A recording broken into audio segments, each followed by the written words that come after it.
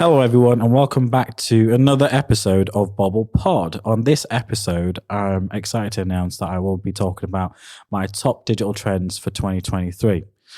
I didn't do this as my first episode of season 4 when we kicked off in January because I wanted to give a breakdown of the Truth About Dubai, which went down as a great podcast. Thank you for anyone who listened and liked and commented on that one. But for this episode, we're going to be talking about 7-8 key digital trends.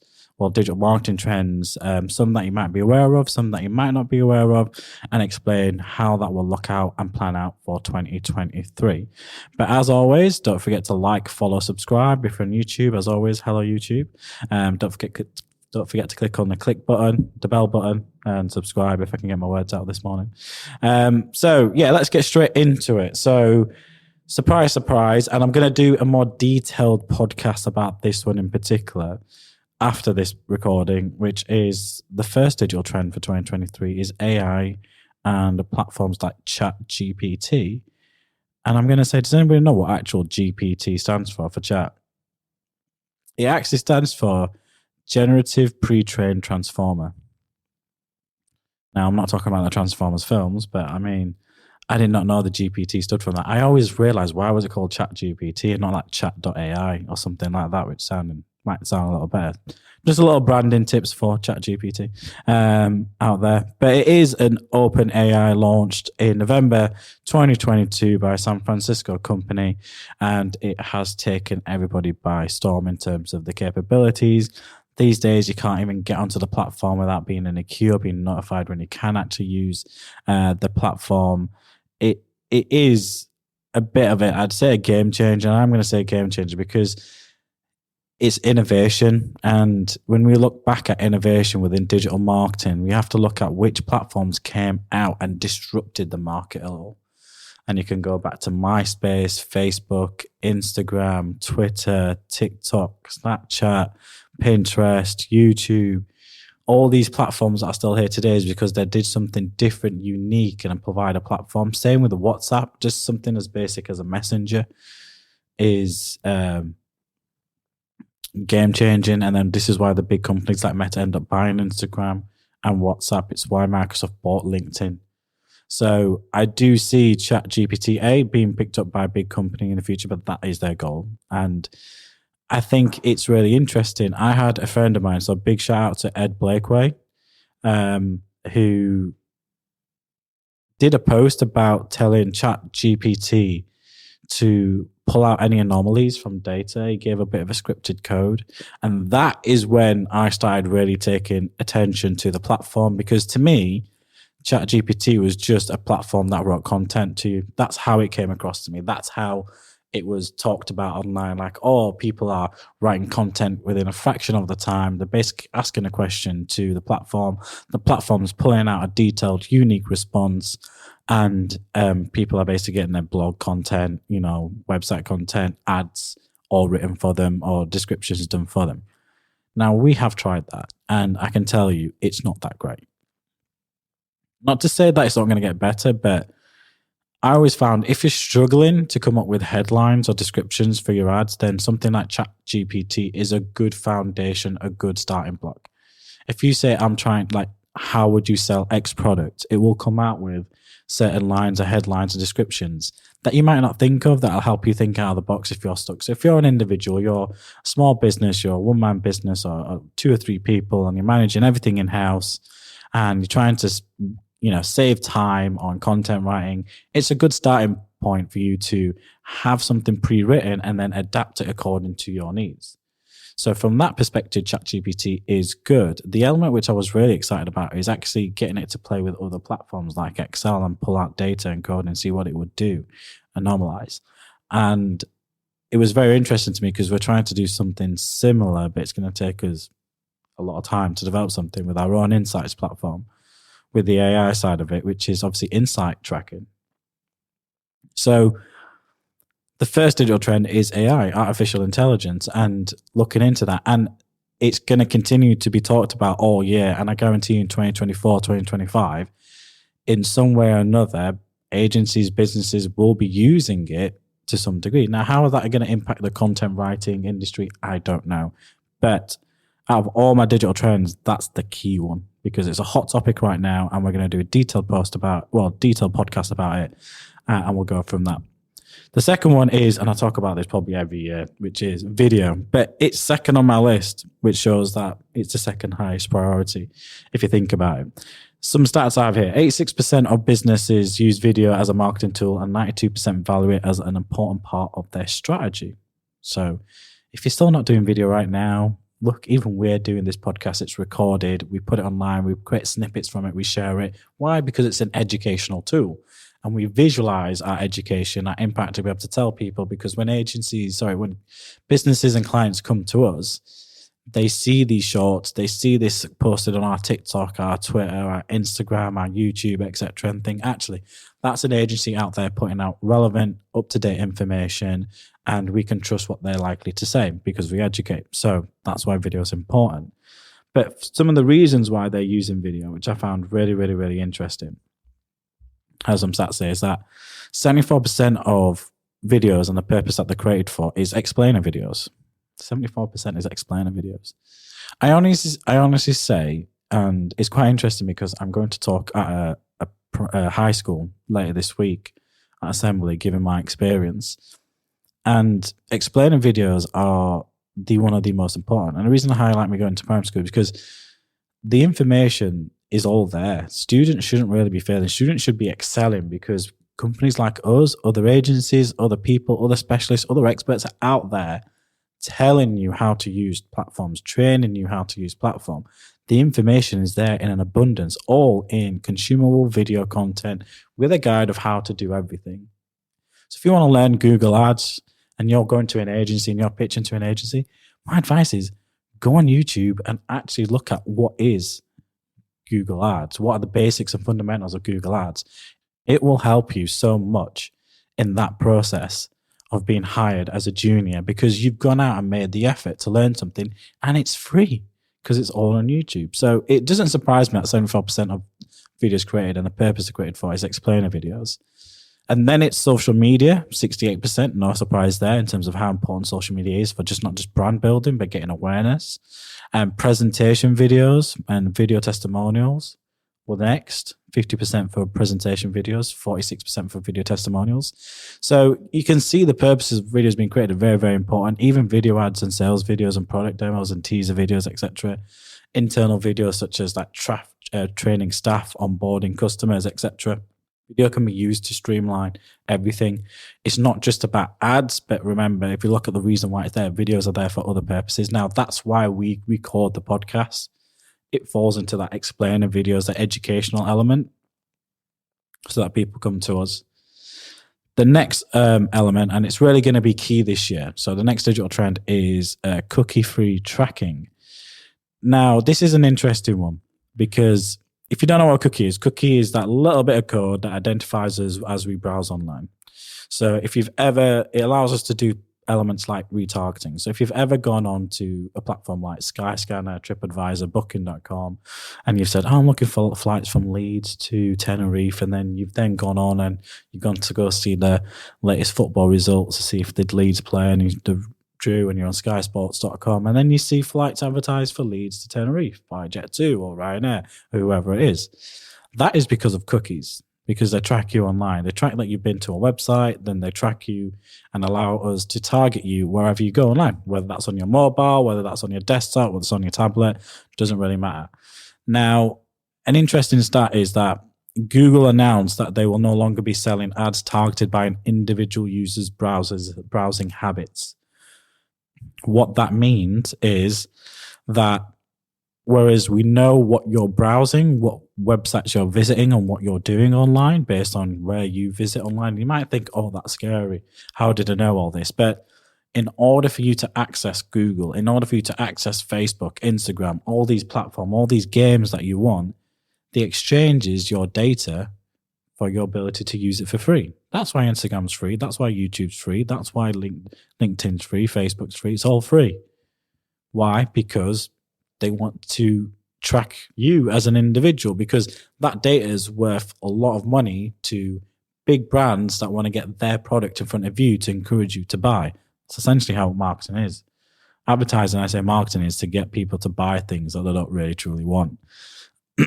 That's the art of it. But people are going to say, well, that's not always the case. And I agree with you, because sometimes there is a need for that product, and it's important to get in front of the right customer at the right time. And that's what cookies allow us to do. However, there isn't enough information about what comes after a cookie-free world.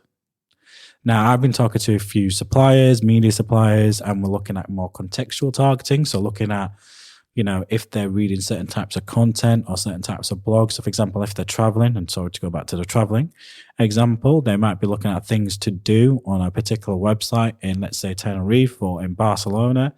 And it's because they're in Barcelona, traveling to Barcelona, things to do, then they might get advertised with, let's say, travel insurance. They might get advertised with flights or hotels in Barcelona, for example.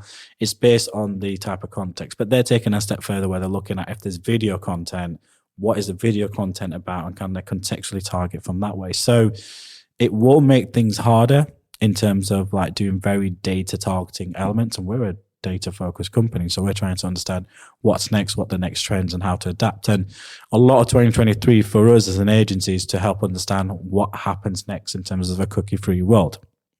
The fourth trend for digital marketing in 2023 is augmented reality shopping.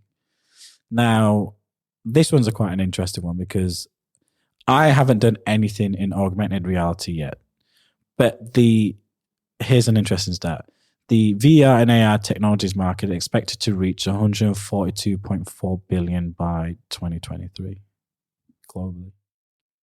I was shocked when I read that statistic. I was like, okay, we need to take this seriously.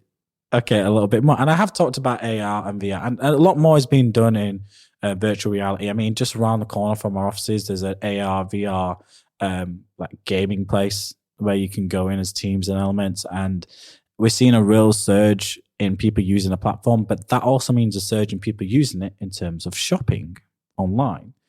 How far have they gone? I don't know. But some brands that have trialed AR campaigns are like Miss Dior, encourage shoppers to use Google Lens in store to create an AR garden of blossoming flowers. If we can get an example, we'll show it up on the YouTube afterwards. And Burberry celebrated their Olympia collection with a pop-up at Harrods, where people could use their smartphone to bring a statue of Greek goddess Elpis to life. I hope I'm saying that right. It is Elpis, so forgive me. That's what I've got down here. I've written it down. So these experiences aren't just limited to stores. So what brands are really trying to use AR and virtual reality for is to create more of a brand experience in store. And you will see this with bigger brands like your Adidas's, like your Nikes of the world. And you'll have more of an experience with that brand, but it means you're more engaged. And if you're more engaged with the brand and the product, hypothetically, you're more likely to buy. So start to watch out for that when you're physically out there shopping, when you're shopping online, and how you can bring those elements into it, and look at how AR and VR is being introduced to your shopping habits over the course of 2023. The next one is targeting Gen Z in your marketing. Now, I'm not a big fan of Gen Z. Sorry, guys. I'm a millennial, so we're a different generation. We're generations apart. But it is a digital trend for 2023, which is targeting Gen Z as part of the marketing. And it's more important because you got to connect with the cool kids on the block sometimes. Now, there used to be a very effective strategy by, I think it was Nike or Adidas, where they would go into the communities where, certain types of people would find it, and they would do a poll and they ask a lot of people saying, right, out of all you, who's the most popular? And there'd be like a group of 10, 15 kids, and they'd say them. And then they'd get all those 10, 15 popular kids and say, right, out of all you, who's the most popular? And they'd do that 3 times. And the benefit there is that, right, they'd find the most popular kid. He's the trendsetter, essentially. So they'd go to you, here's a lot of stuff, start wearing our stuff. And then it'd fiddle down because everyone who thought he was cool would see what he was wearing and doing that. So it's essentially taking that element from digital marketing and put it into place. Gen Z, you are known as the digital generation. And I actually feel for you, because I feel like that is a benefit and a con. It is a positive and a negative for you. Like, I grew up with just 3 channels on the TV. And, it was black and white, and then we got a color TV, and you never had more than one TV in the house. So when I grew up, we didn't grow up with technology. We were introduced to technology at the age of like, when we got to high school, really, when like IT and computers came into play. It was only when we were introduced to that at year 7, and you had to do an IT class, etc. And I only say that for your benefit is that we were the early adopters of technology, our generation, millennials. But your generation was born into technology, and it's an advantage, but it's also a negative disadvantage, because I feel you're switched off from the real world. And I feel that, and I've talked about this a little bit, is you're just too disconnected in terms of reality, facts, and science, and more worried about feelings and, perspective of opinion. Is that the right way I want to say it? So I feel like your generation's really struggling to differentiate the two, because you've been brought up into a digital world. And that's why I feel for you, because I see it with my nephews. My 18-month-old nephew knows how, well, it comes from us as well. So we're partly to blame for that, in the sense that we're on our mobile phones all the time in front of the children, in front of my nephews and nieces. And they see it and they want to be on the mobile phone, because like, what's attracting you to that device? If I see my nephew, he knew how to use an iPad before he could actually pull a sentence together. So, because he knew how to press, this button is play for YouTube Kids, and this is the next video. And he'd be able to visualize and remember that is the screenshot of that start of that video and that video. And honestly, it was just, it's shocking. But you are going to be a crucial market right now, especially in 2023. And I say that predominantly because you're going to continue to influence marketing more than millennials. Unfortunately, we're becoming old. I say that. I'm going to turn 34 this year. God bless. I hope I can survive. I'm feeling it when I wake up in the morning and all my joints are cracking. But yes, a key trend for 2023 is basically bringing Gen Z into your marketing mix. Now, we're talking to a charity that really targets supporting veterans into home cares, and their general audience predominantly is the older generation, like 55, 65 plus, people that have grandparents or have a relational history to the military. But we've told them, you need to start moving away from that generation and start moving forward to other generations. And a key generation we highlighted was the Gen Z, because you guys jump on that stuff. An example being, if anyone doesn't know who Keith Lee is, he's a food critic. Didn't set out to be a food critic, but just started going around Las Vegas, genuine giving food opinions, whether it was good or bad. People would ask him, saying elements, and he helped this one restaurant go from failing to basically extreme profitability overnight, just because his review and got 1 million views and it was all over TV. Because you guys jump on that element, and you are very, very socialist in the sense that you do support community, and I think that's great. So getting Gen Z involved, because you guys are, like I said, the coolest kids on the block at the moment. You guys are the trendsetters. So that's why we need to introduce you, and you're a trend for 2023. Number 6, and we're coming to the end of this shortly, influencer marketing. It's going to continue to boom in 2023. It's expected to grow in terms of, like, I've got some stats here. It's expected to grow by 23.4% and 15.9% in 2023 and 2024. So that as a market is going to grow. Now, I'm going to have to apologize, because I made a statement. I said that influencer marketing is going to die. And I'll put my hands up. Okay. It's not. However, I still remain the fact that the best form of influencer marketing comes down to getting an influencer that's just not on there to create bogus content, but actual content that resonates with the type of content that's being consumed. For example, Mr. Beast started off as an influencer, but he's now a brand, for example. But when I mean like influencers, I mean that someone who's got like 250,000 followers, but all they talk about, for example, is health and fitness or interior design or cooking or baking or whatever it is, or fashion, for example. That's all it is. Go to specific influencers based on your product demand and reach, and then do it. So if you're, let's say, selling technical products, you want to go to the tech experts. You want to talk about people that review tech products and how it can be used in the workplace or as individuals with like training videos, etc. That kind of influencer marketing is very, very valuable because it has a dedicated high value returning audience that will then go on to buy your product. So in that sense, yes, influencer marketing is very, really good, but you need to start introducing it into your marketing mix. And I never thought I'd be saying that in 2023. We don't really use influencer marketing as an agency much. That's not what we do. It's not a service we offer. So I can't really give too much advice on influencer marketing, except that I know a lot of social media agencies out there will do that and have that. And, you know, partnership agencies, brand agencies will have good connections with key influencers, etc.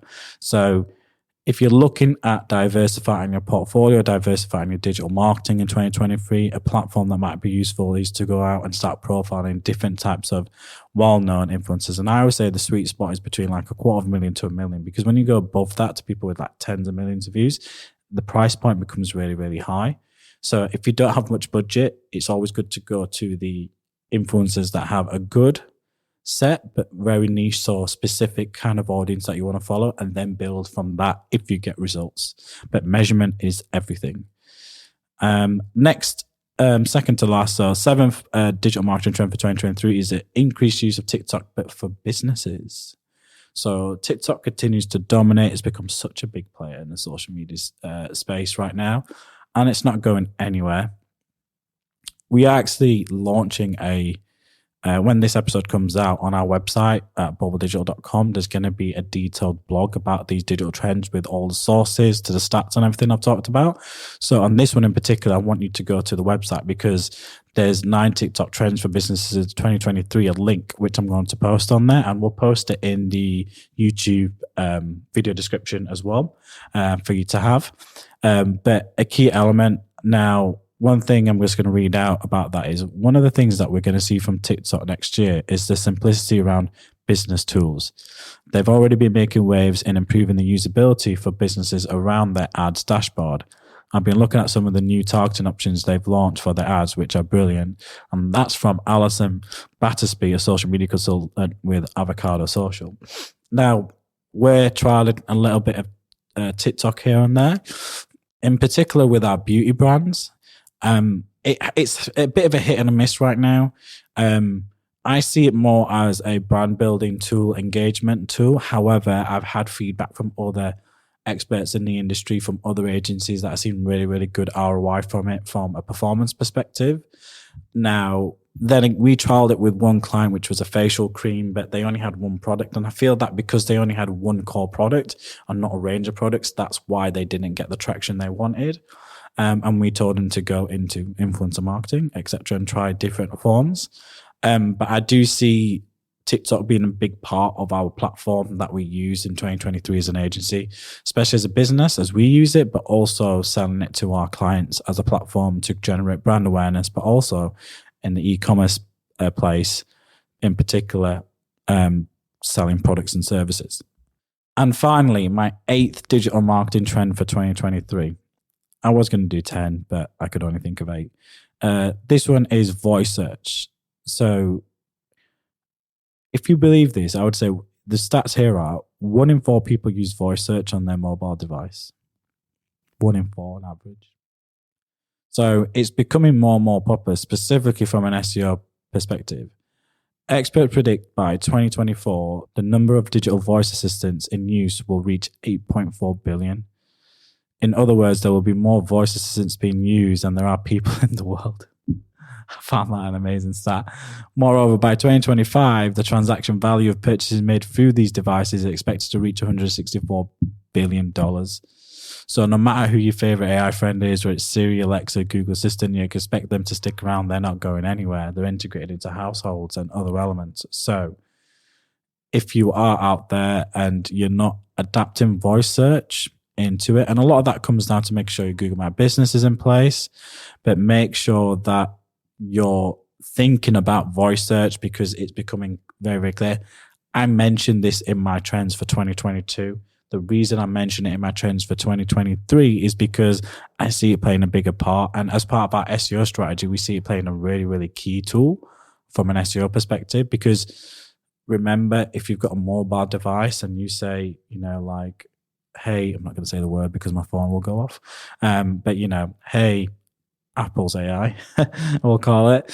Find me local restaurants that sell burgers, and you want to be that number one recommendation, localized, and you want to be optimize your website, your Google My Business, and everything for that specific element. And just look at Amazon and Alexa in terms of what they're doing in terms of adding products to carts and getting it sent to your house, and just saying, Alexa, add this to my grocery list, or add this to my shopping list. Josh will laugh because every time we go play poker at his night, we always add random funny things to his Alexa. Sorry, Josh. And it's never going to stop. And it kind of ruins his kind of like search and request element in terms of his algorithm. It's absolutely hilarious. So if you're going to have a bit of fun with Alexa, actually go ahead and have it. But it's something that you need to really take into consideration, specifically from an SEO element. And they are my top digital trends for 2023. I've kind of rattled through it because we only really record for 20-25 minutes. The detail of all these digital trends are in a blog that's going to launch when this episode launches. So if you're listening to this episode, do go to www.bobbledigital.com/blogs. There will be my detailed written with links and sources of everything I've discussed and much, much more. There's obviously so much I can go through in a podcast, but in the written content, everything will be there. So I want to thank everybody for listening. I hope you found those digital trends for 2023 really, really insightful. And we look forward to joining us on our next episode, where we have a guest, Gary King from Tendo, which I'm really excited to have. And as always, don't forget to like, follow, subscribe, and we'll catch you on our next episode. Thank you very much.